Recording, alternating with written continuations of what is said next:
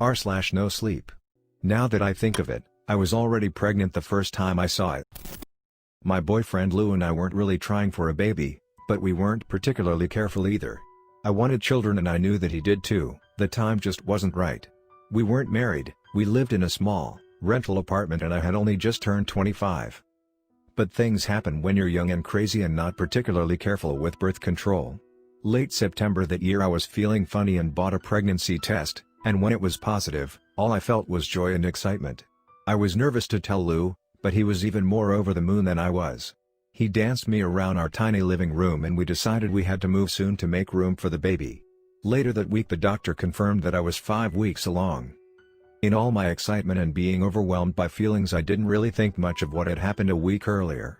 I was sitting on our balcony, smoking a cigarette. It turned out to be the last one I ever smoked. When I found out I was pregnant I quit and never started again. That's when I saw something that I at first thought was a man standing in our building's backyard.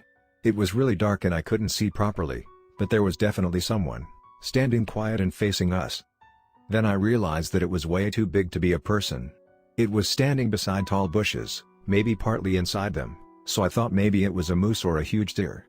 I had never seen them come this close to living areas, but sometimes when we drove out of town we saw them. But it was too dark to be sure. "Lou, there's a moose outside," I shouted. A minute later Lou appeared on the balcony with his camera as always. "So cool. Where is it?" I looked down, but now there was only darkness. Whatever shape or person or animal I had seen was gone. Or maybe it was just shadows playing with my imagination? It was just there. "Are you sure?" "I see nothing." "Never mind. It's gone now." Moose don't come this close to living areas.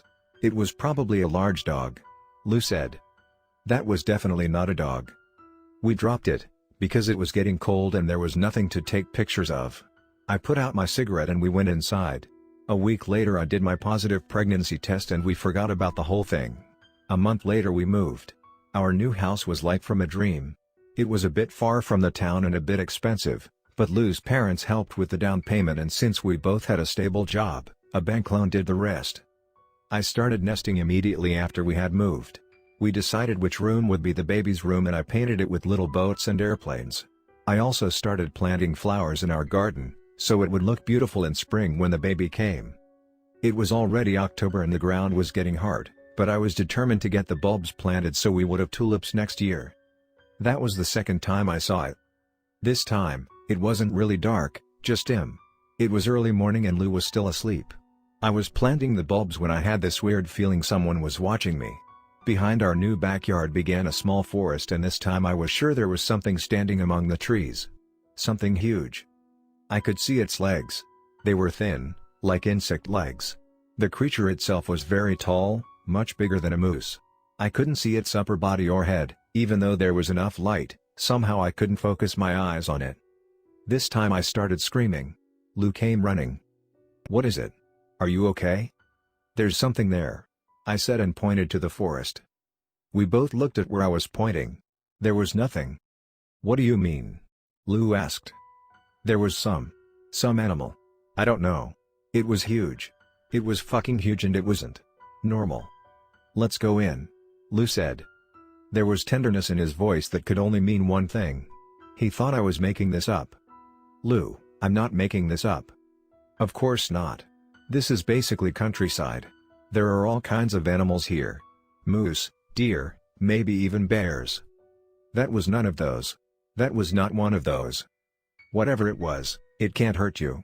But if you're scared we could inform the police." I realized I had nothing useful to tell the police. "I'm not imagining things," I said again, but this time quieter. "I never said you were?" But the truth be told, I wasn't that sure myself anymore. There was no explanation to what I had seen, nothing but my brain making up stuff. I had read about women going to psychosis while pregnant. I had never thought that could happen to me. But then again, things never happen to those who expect them to happen.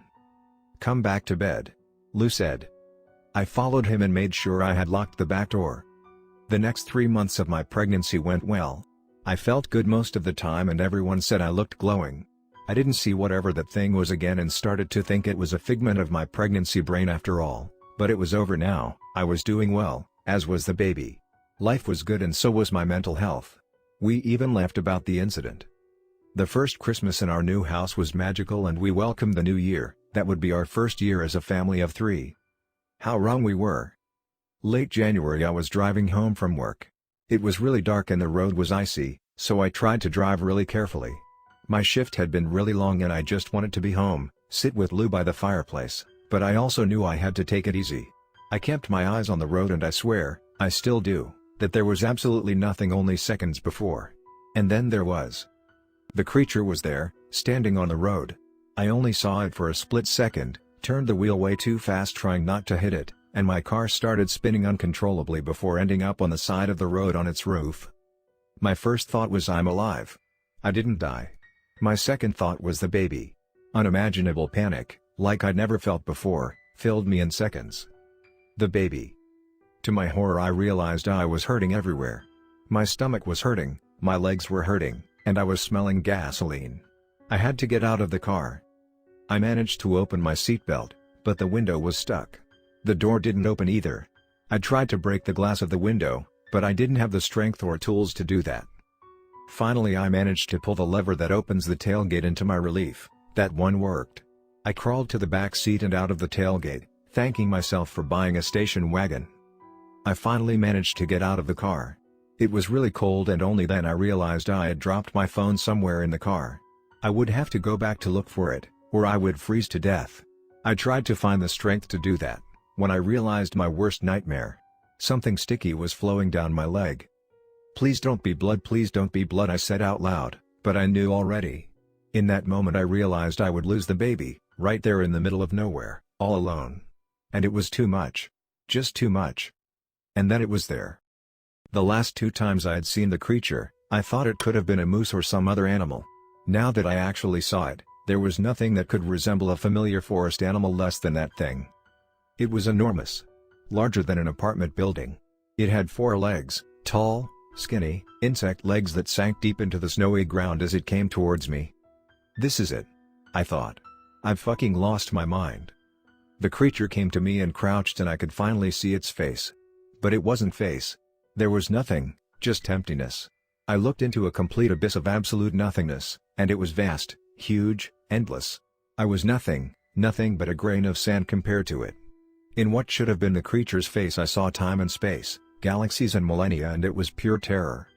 I guess my mind couldn't take any more, because I lost my consciousness. This is where I die, I thought. But I didn't. When I woke up, it was almost morning. For some reason I hadn't frozen to death. Instead, I felt almost okay, physically. The pain was gone. And to my complete surprise I felt the baby kicking furiously. The memory of what I had seen had shaken me to my core, but realizing the baby was alive still filled me with relief. I crawled back into the car and found my phone almost immediately. Lou had called dozens of times. I called him back and explained that I had been in an accident and passed out. Then I called an ambulance and texted Lou to meet me in the hospital. The doctor examined me and said I seemed fine, apart from some bruises and cuts from broken glass. Then she did me an ultrasound to check on the baby. "Is everything alright?" I asked. "So you're what? 8 months pregnant?" 6 months, actually. "Are you sure? By the size of the fetus I'd say you're due next month." "I'm definitely not. The last ultrasound was a month ago and they definitely said my due date is in April."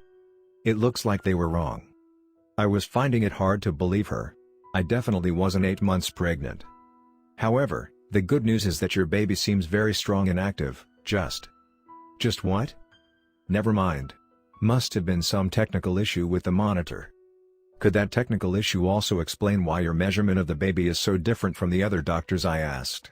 The doctor looked frustrated, the way doctors do when their patient has Googled their symptoms and claims to know better than they do. "The machine is working fine. Our measurements are correct." "So what was that thing you saw?" "Nothing. As I said, some disturbance on the monitor. It doesn't mean the measurements are wrong." I left the hospital with a strange feeling that something was off, and badly. Lou on the other hand was so relieved that he almost cried. He kept repeating how I could have died and how he could have lost us both, and I had to assure him that I was fine. I couldn't tell him about what I had seen that night. I didn't want to make him any more worried. And what would I had said anyway? I barely had words for it in my own head. The doctor had said I was due in a month. She was wrong. It only took 2 weeks. It was in the middle of the night when the contractions started. I woke up and I knew, immediately. The gaze of it, as it had looked down on me on the side of the road, had started some kind of connection between us, and I knew it was coming. It was coming. I woke up. Lou. What is it? Are you okay? He asked. You need to leave. Now. It's 2 a.m. What do you mean? I had a contraction again, this time so powerful I had to lay down. Oh my God. Was that a contraction? Is it being born? You have to go. I said. All I could think of was that if Lou didn't leave, he would die. And I couldn't lose him. He had to get far from here, before it came. I'm calling an ambulance, Lou said. The pain was almost too much to handle, but I had to get rid of Lou. The last thing I wanted was even more people coming. Hospital was not an option. It would find me and destroy everyone and everything on its way. I grabbed Lou's phone and smashed it to the floor. What the fuck? Go. Leave. You have to. It will kill you. I'm perfectly fine. But you're not. We need to get you to the hospital, Lou said, and tried to put the pieces of his phone back together. I looked at him and the words came, only words that I could think of to get him to leave, to get him to safety. You're not the father of this baby. You're not making any sense. Do you feel feverish? Fuck this phone. Where is your phone? You're not listening. You are not the baby's father. You need to fuck off. It will come and it will kill you. What do you mean? Who will kill me? The thing. I could barely hear my own voice. It was breaking and I was in too much pain to stand up. Listen, even if this is true, I would not leave you here with some dangerous person. It will not hurt me. Not until I deliver the baby anyway. I'm not going anywhere. You have to. I was crying now. Listen. I have to call help. Ambulance and possibly the police. Lou said, finally giving up with his phone. So.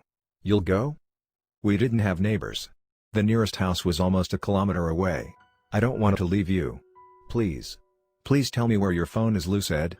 He was now crying too. Just go. Go to the next house. You can call help from there, I said finally, begging in my mind that he would be gone long enough. And you'll come, then? You'll come to the hospital?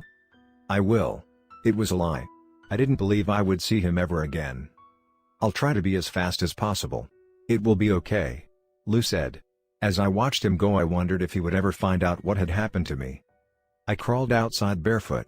The thing inside me, whatever it was, wanted out. I was too tired and too much in pain to fight anymore. I just let it happen. The creature came. This time it was big enough to cover all the light from the stars. There was only darkness. I couldn't watch, but closing my eyes didn't stop me from seeing its gaze. It came through my eyelids, into my brain, and there was nothing I could do. Its progeny was kicking furiously inside me. It wanted out. It was time.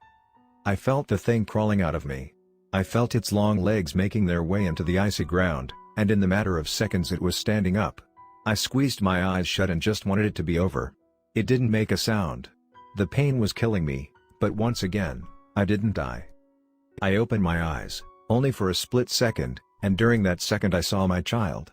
It stood there, dripping blood, already way too big to ever have been inside me. It had no face, but the same emptiness I'd seen before was staring into me from where its face should have been. It had no eyes, or millions of eyes, I'm not sure. All I know is there was nothing in it but emptiness in its gaze. No human emotions, no animal instincts, no curiosity or fear or evil. Just nothing. When I finally opened my eyes again, I saw the big creature disappearing into the night, with the smaller one behind it. They became the darkness. I never saw them again. I don't remember how I got into hospital, but Lou told me they had found me unconscious on the ground, having given birth. According to the doctors, I was barely alive and couldn't have made it much longer. They said it was a miracle I survived. The baby was never found. The police looked for it for quite some time. They suspected that a mountain lion or maybe a stray dog had taken it. Lou was hopeful for weeks for it to be found alive. But I knew better. Lou never addressed the things I had said that night. When I tried to apologize for his phone or sending him away, he just said you weren't yourself and that was that. I think he never really got over the feeling that by staying by my side he could have saved the baby. It breaks my heart that I can't convince him there was nothing he could have done. I got my uterus and ovaries removed next year. Lou understood that I never wanted to be pregnant again after what I'd been through, but saw that pretty extreme solution. I didn't. I could not take a chance. It would not use me again. It took a couple more years for us to heal, and then we decided to apply for adoption. At times, I almost feel like my old self. I haven't seen it again. But I know it's there somewhere. It, and millions like it. In the shadows, in the corner of my eye. In the galaxies and seas and forgotten places. Just waiting for their turn.